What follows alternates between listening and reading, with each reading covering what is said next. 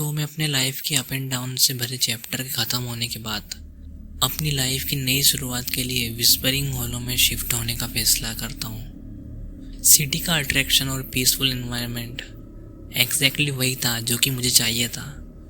मुझे सिटी के बाहरी इलाके में एक ब्यूटीफुल एंड ओल्ड हाउस मिला, एक ऐसी जगह जहाँ एक अलग ही वाइब थी।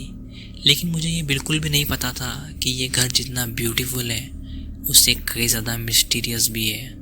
कि जैसे जैसे दिन निकलते गए मैंने कई अजीब तरह की घटनाएं देखी।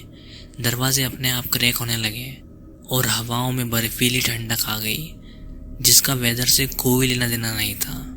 कभी कभी मेरी आंखों के सामने मैंने कई ब्लैक फिगर्स देख लिए थे जो एक कोने से दूसरे कोने में जाते रहते थे, लेकिन मैंने इसे कोइंसिडेंस समझकर टाल दिया। लेकिन जैसे जैसे रातें बीतती गई पैरानॉर्मल चीज़ें और बढ़ती गई।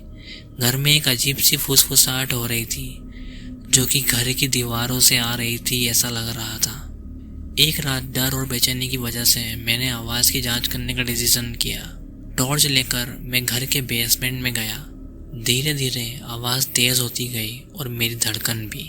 मैं उस स्कैरी नॉइज़ को सुनकर बेसमेंट में आ तो गया था, लेकिन मुझे काफ़ी ज़्यादा डर लग रहा था। मेरे हर एक कदम रखने के साथ आवाज़ भी इतनी तेज़ हो गई थी कि मेरे कान दुखने लगे।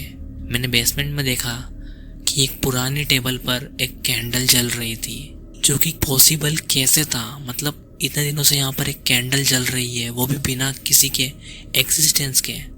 और वहाँ पर कई धूल में भरी पड़ी किताबें पड़ी थी।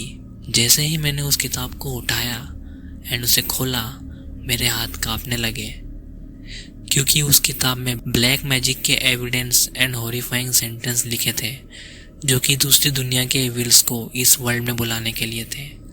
एंड जब मुझे रियलाइज़ हुआ कि ये सब मेरे घर से जुड़ा हुआ है, मैं बहुत ज़्यादा डर गया और किताब को वहीं रख कर ऊपर भागा और फैसला किया कि अब कभी भी वहाँ नहीं जाऊँगा। लेकिन मेरी प्रॉब्लम्स अभी भी ठीक होने की बजाय और वर्स्ट होती गई। मेरे घर का सामान अपने आप इधर उधर होने लगा और मुझे कोई ज़्यादा डरावने सपने आने लगे एंड मेरे पीसफुल ड्रीम्स हॉरर ड्रीम्स में कन्वर्ट हो चुके थे।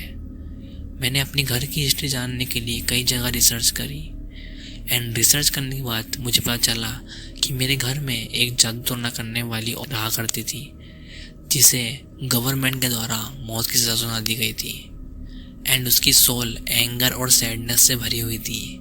उसने अपने आरोपियों को श्राप दिया था कि उसकी आत्मा यहीं रहेगी।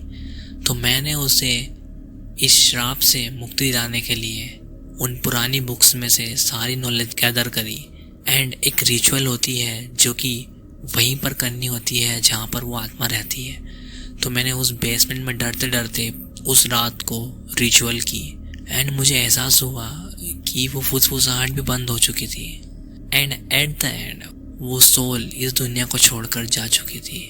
तो मैं आप लोगों को एक ही एडवाइस देना चाहता हूँ, आप किसी भी पुराने घर को खरीद रहे हैं तो एक बार उसकी हिस्ट्री ज़रूर चेक कर लें।